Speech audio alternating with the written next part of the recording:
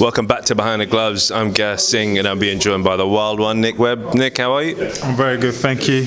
Buzzing because it's coming home, son. Talk to me about last night. Is it really coming home? Did you think we got a chance against Italy? All we got to do is believe it's coming home. It's coming home.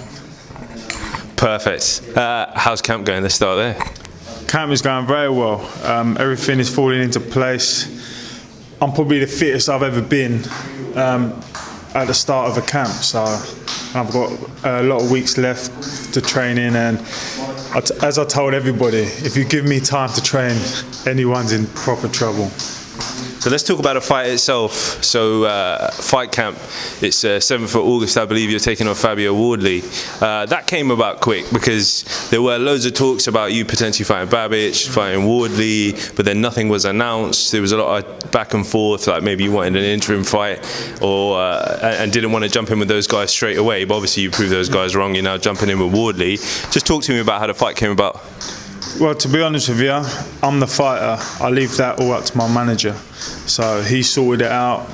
I don't have too much to do with it. He sorts it out. I'm there to do the job. And what happens August 7th? Why are you asking me silly questions like that? What happens? I win sensationally. Is that the message for Wardley? The message for him is, you better bring your A game, boy. Because whatever you bring, I'm going to handle and do you. And in terms of the belts on alone, obviously the IBO International Heavyweight Champion and he's English Champion. So are you guys fighting for either of those? We're fighting for the English title.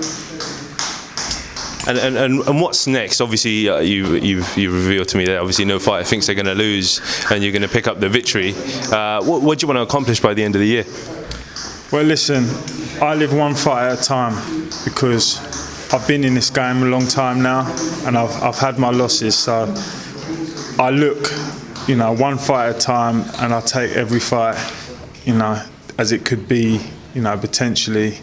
I put everything in it. This is like a world title fight. I put everything into my next fights, and this next one, everything into. I'm not looking past it. And just a quick word on Babic. There's been a lot of, well, I'm not going to say back and forth because you've been quite quiet in your camp and stuff, but he's had a lot of choice words for you, calling you a twat and a pussy and all these other things. Do you have any rebuttal to that? Well, listen, he's a pussy because I would have smashed him up in Gibraltar in front of him, but he wouldn't even give me eye contact. So the fact of the matter is, I fight him, Wardley, anybody on the same night if I had to. Like, I ain't worried about him, I ain't worried about Wardley. Is there anything that Wardley does that worries you? Is there anything that you can reveal about what you've been that kind of training to kind of combat his style in camp? Nothing worries me. Perfect. And just a quick one. In terms of, obviously, this fight camp thing is turned into a regular occurrence. It looks like it's going to happen like every year now. What does it mean to you, like having fans back as well? Because you'll have fans in attendance there. Yeah, it'd be great, Bit of normality is great. We had a couple of fans in Gibraltar, so that was good. But to be back on the home soil and be able to potentially have people that I know there supporting me, yeah, it's great. Perfect. And have you got a message for your supporters and all your fans that will be watching this? Just keep believing in me, and I'll do the business yet again. Right, perfect. We'll do another interview in a little while with one of your heavyweight colleagues. But thanks for chatting to us here at Behind the Gloves. And before I finish, Scott, come in. Just a quick few words. Just get a little bit closer. Yeah. That's it, perfect. Scott, obviously, Nick had I'm not going to say how it was an atrocious year a few years ago, but has bounced back really well. This fight with Fabio Wardley, how do you assess it, looking from the outside and being a part of Nick's training team? Listen, Fabio Wardley's a good kid. He's a decent kid, but he's in deep water. He don't know what's coming. He hasn't got a clue. Obviously, he hasn't got a clue because he's talking a lot of. He's just talking it, right? He's a six-pack, white-collar kid who probably never fought any guys who fought anybody in his pro career. What's he done in his pro career? He's beat a handful of guys that you get built up on. So where is he? He's coming in to fight Nick. Nick's a seasoned amateur, a seasoned pro. He's had the losses. He knows exactly where he went wrong with the losses. He's come back. He's done what he's done, and this is a great night for us. It'll be a great night.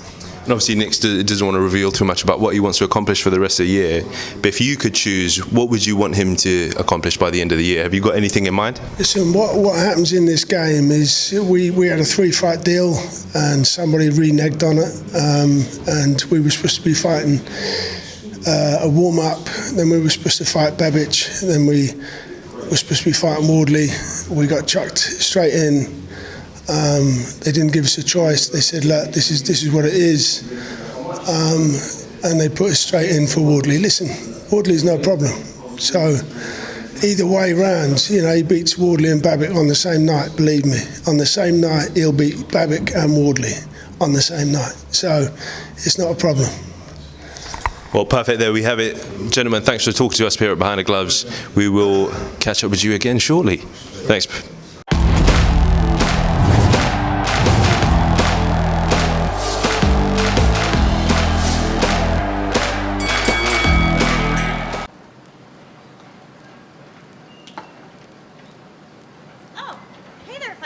Didn't see you there. If you guys haven't already subscribed to my YouTube channel, make sure you go to do so by clicking right here, or else.